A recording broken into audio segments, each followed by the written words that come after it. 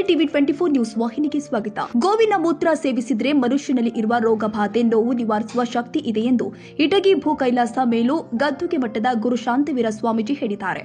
ಪಟ್ಟಣದ ಮೋಧೋಳ ರಸ್ತೆಯಲ್ಲಿ ಇರುವಂತಹ ಶ್ರೀ ಬಸವಲಿಂಗೇಶ್ವರ ಗೋಶಾಲೆ ಆವರಣದಲ್ಲಿ ಹಿಂದೂ ಸೇವಾ ಪ್ರತಿಷ್ಠಾನ ಹಾಗೂ ಶ್ರೀಧರ ಮುರುಡಿ ಮಠದ ಸಂಯುಕ್ತಾಶ್ರಯದಲ್ಲಿ ಬುಧವಾರ ಸಂಜೆ ಹಮ್ಮಿಕೊಳ್ಳಲಾಗಿದ್ದ ಶ್ರಮ ಸೇವೆ ಹಾಗೂ ಗೋಮಾತೆ ಪೂಜೆ ಸಮಾರಂಭದ ಸಾನ್ನಿಧ್ಯ ವಹಿಸಿ ಅವರು ಮಾತನಾಡಿದರು. ಹೆತ್ತು ಹೊತ್ತು ಸಾಕುವ ತಾಯಿ ಜೀವನವಿಡು ಅಮೃತ ನೀಡುವ ಗೋಮಾತೆಗಿಂತ ಮಿಗಿಲಾದ ದೇವರಿಲ್ಲ ಎಂದಿದ್ದಾರೆ. ಶ್ರೀಧರ ಮುರುಡಿ ಹಿರೇಮಠದ ಶ್ರೀ ಬಸವಲಿಂಗೇಶ್ವರ ಸ್ವಾಮೀಜಿ ಮಾತನಾಡಿ, ಮಾತೃ ವಾತ್ಸಲ್ಯವನ್ನ ಗೋವುಗಳಲ್ಲೂ ಕಾಣುವಂತಾದಾಗ ಮಾತ್ರ ಗೋವಿನ ಪೂಜೆಗೆ ಅರ್ಥ ಬರುತ್ತೆ. ಹೆತ್ತಮ್ಮ ಮೊದಲ ತಾಯಿ ಆದರೆ ಗೋವುಗಳು ಸಾಕು ತಾಯಿಯ ಸ್ಥಾನ ಪಡೆಯುತ್ತೆ. ಗೋವು ನೀಡುವ ಎಲ್ಲವೂ ಆರೋಗ್ಯ, ಕೃಷಿ ಹಾಗೂ ಪರಿಸರಕ್ಕೆ ಪೂರಕವಾಗಿತ್ತು. ಗೋವನ್ನ ಕಾಮಧೇನು ಗೋಮಾತೆ ಎಂಬ ಹೆಸರಲ್ಲಿ ಪೂಜಿಸುತ್ತೀವಿ. ಆ ನಿಟ್ಟಿನಲ್ಲಿ ಇಂದಿನ ಯುವ ಜನಾಂಗ ಸೇರಿ ಎಲ್ಲರೂ ಗೋವು ರಕ್ಷಣೆ ಜವಾಬ್ದಾರಿ ತೆಗೆದುಕೊಳ್ಳಬೇಕು ಅಂತ ಹೇಳಿದ್ರು.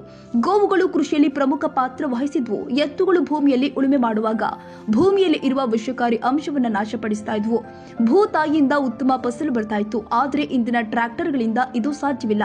ಇದರಿಂದಾಗಿ ಕೃಷಿ ಕ್ಷೇತ್ರ ಹಾಳಾಗಿ ಹೋಗ್ತಾ ಇದೆ. ಆದ್ದರಿಂದ ಗೋವು ಆಧಾರಿತ ಕೃಷಿಗೆ ನಾವು ಒತ್ತು ನೀಡಬೇಕಾಗಿದೆ ಅಂತ ತಮ್ಮ ಅಭಿಪ್ರಾಯ ವ್ಯಕ್ತಪಡಿಸಿದ್ರು. ಇದನ್ನ ನಾವು ಇವತ್ತು ಯಲಬುರ್ಗಾ ಬಸವಲಿಂಗೇಶ್ವರ ಗೋಶಾಲೆಯಲ್ಲಿ ಗೋಪೂಜೆಯನ್ನು ಮಾಡ್ತಾ ಇದ್ದೇವೆ. ಇವತ್ತೊಂದು ದಿನ ಮಾಡುವುದರ ಸಾಲದು. ಗೋಪೂಜೆಯನ್ನು ಪ್ರತಿನಿತ್ಯ ಮಾಡಬೇಕು ಅನ್ನುವಂಥದ್ದನ್ನು ಹಿಂದಿನ ಆದಿ ಅನಾದಿಯಿಂದ ಪೂರ್ವಜರು ಹಾಕಿಕೊಂಡು ಬಂದಿರತಕ್ಕಂಥ ನೇಮ ಪದ್ಧತಿ ಅದು. ಪುರಾಣಗಳ ಇತಿಹಾಸವನ್ನು ತೆಗೆದುಕೊಂಡು ನೋಡಿದಾಗ ಗೋವುಗಳ ಉತ್ಪತ್ತಿ ಯಾವಾಗಾಯಿತು ಅಂತಂದಾಗ ಸಮುದ್ರ ಮಂಥನ ಮಾಡುವಂತಹ ಸಂದರ್ಭದಲ್ಲಿ ಗೋವುಗಳು ಉತ್ಪತ್ತಿ ಆದವು ಅನ್ನುವಂಥದ್ದನ್ನು ನಾವು ಕೇಳ್ಕೊಂಡು ಬರ್ತೇವೆ. ಇನ್ನು ಗೋವುಗಳನ್ನ ಯಾಕೆ ನಾವು ಪೂಜೆ ಮಾಡಬೇಕು ಅಂತಂದೇಳಿ ಅಂದ್ರೆ,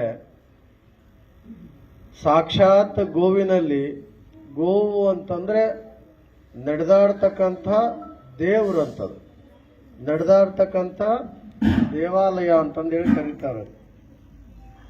ಆ ಗೋವಿನಲ್ಲಿ ಗೋಮಾತೆಯಲ್ಲಿ 333 ಕೋಟಿ ದೇವತೆಗಳು ಇರ್ತಾರೆ ಅನ್ನುವಂಥದ್ದನ್ನ ಆದಿ ಅನಾದಿಯಿಂದ ಪುರಾಣ ವೇದಾಗಮಗಳು ಸಾರಿ ಸಾರಿ ಸಾರಿ ಸಾರಿ ಹೇಳ್ತಾ ಇದ್ದಾವೆ.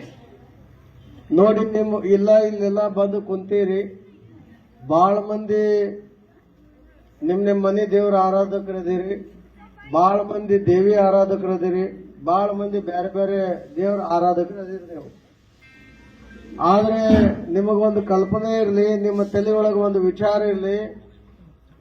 ಏನು ಹೇಳೋದು ಅಂತಂದ್ರ, ನಿಮ್ಮ ಒಂದು ದೇವರಿಗೆ, ನಿಮ್ಮ ಮನೆ ದೇವರಿಗೋ ಅಥವಾ ನಿಮ್ಮ ಇಷ್ಟವಾಗಿರ್ತಕ್ಕಂಥ ದೇವರಿಗೋ ನಿಮ್ಮ ಎಲ್ಲ ಬಯಕೆಗಳನ್ನ ಈಡೇರಿಸತಕ್ಕಂಥ ದೇವರಿಗೆ ಹೋಗ್ಬೇಕಾಗಿತ್ತಂತಂದ್ರ ನೀವು ಅದಕ್ಕೆ ಮುಂಚಿತವಾಗಿ ಪ್ರಿಪ್ಲಾನ್ ಮಾಡ್ಕೊಂತೀರಿ.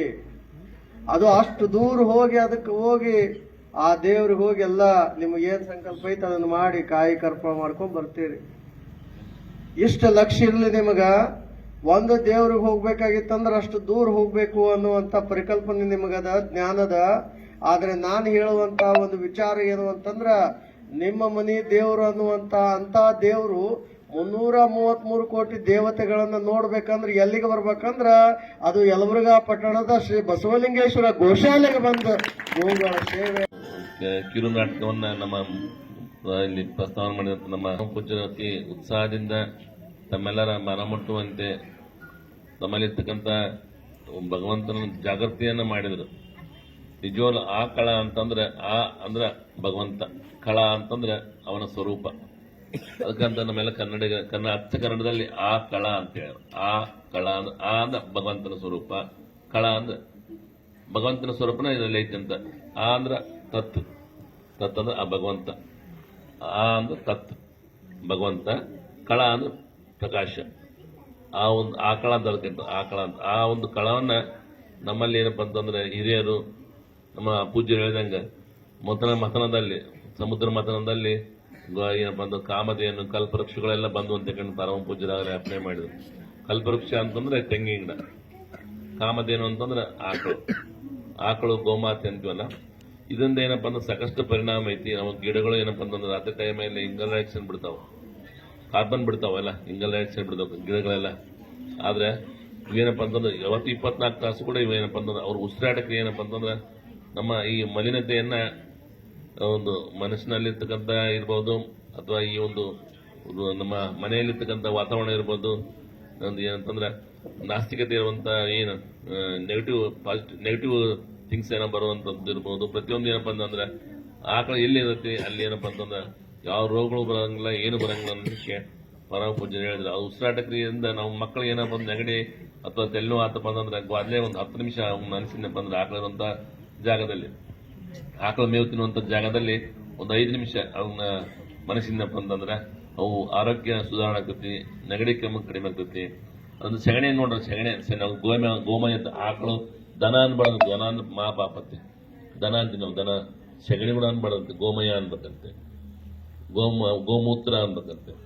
ಅದಕ್ಕೆ ಅವೆಲ್ಲ ಪವಿತ್ರತೆಯನ್ನ ಕಾಪಾಡೋದು. ಗೋಮೂತ್ರ ಅಂತ ಹೇಳಿದ್ರಲ್ಲ, ಅದು ಗೋಮೂತ್ರ ಪ್ರತಿನಿತ್ಯ ಕುಡಿಯೋದ್ರಿಂದ ಅದು ಡೈರೆಕ್ಟ್ ಆಗಿ ಕುಡಿಬಹುದು. ಯಾಕಂತಂದ್ರೆ ಕೆಲವು ಮಂದಿ ವೀಕ್ನೆಸ್ ಇರುತ್ತೆ, ಹೈಬ್ರಿಡ್ ಆಹಾರದಿಂದ ಏನಪ್ಪಾ ಅಂತಂದ್ರೆ ನಮ್ಮಲ್ಲಿ ಪವರ್ ಕಡಿಮೆ ಇರುತ್ತೆ. ಆದ್ರೆ ಸಡನ್ಲಿ ತಗೊಂಡ್ಬಿಟ್ಟಪ್ಪ ಅಂತಂದ್ರೆ ಮಟ್ ಜಾಡಿಸೋ ಚಾನ್ಸಸ್ ಇರುತ್ತೆ. ಅದಕ್ಕೆ ಒಂದು ಕಾಟನ್ ಬಟ್ಟೆಯನ್ನ 8 ಪದರ ಕಸಿ ಮಾಡ್ತೀವಲ್ಲ, ಹಂಗತೆ 8 ಪದರ ಮಡಿಸಿ ಗೋಮೂತ್ರವನ್ನ ಸೋಸಿ ಅದನ್ನ ದಿನನಿತ್ಯ ಒಂದು ಅರ್ಧ ಗ್ಲಾಸ್ ಸಣ್ಣ ಟೀ ಕುಡಿಯೋ ಗ್ಲಾಸಲ್ಲಿ ಅರ್ಧ ಗ್ಲಾಸ್ ಕುಡಿತಾ, ಫಸ್ಟ್ ಸ್ಟಾರ್ಟಿಂಗ್ ಇರ್ದ ಕುಡಿಬೇಕು, ನಂತರ ಅರ್ಧ ಕುಡಿತಾ ಹೋದ್ನಪ್ಪ ಅಂತಂದ್ರೆ ಅರ್ಧ ಹೇಳಿದಂಗೆ ಅಂತ ವಿಚಾರ ಮಾಡಿ ನಾವು ಗೋವಿನಿಂದ ಏನ್ ಕೆಲಸ ಮಾಡ್ಕೋಬಹುದು ಅನ್ನೋ ಚಿಂತನೆ ಮಾಡಿ ಇವತ್ತ ನಮ್ಮ ರೈತ ಸಮಾಜ ಆರ್ಥಿಕತೆಯಿಂದ ಇಷ್ಟು ಹಿನ್ನಡೆ ಆಗಿದೆ ಅಂದ್ರೆ, ನಮ್ಮ ರೈತ ಸಮಾಜ ಅಂದ್ರೆ ಇವತ್ತ ಬಹಳ ಕೀಳುಮಟ್ಟಕ್ಕೆ ನೋಡ್ಲಿಕ್ಕಾಗೈತೆ. ಹೀಗಾಗಿ ನಮ್ಮ ರೈತ ಸಮಾಜ ಯಾವ ರೀತಿ ಸ್ವಾವಲಂಬನೆ ಆಗ್ಬೋದು ಅಂತ ಚಿಂತನೆ ಒಳಗ ನಾವು ಒಂದು ಚಿಂತನೆ ಮಾಡಿ ಕೆಲಸ ಮಾಡಿದ್ವಿ.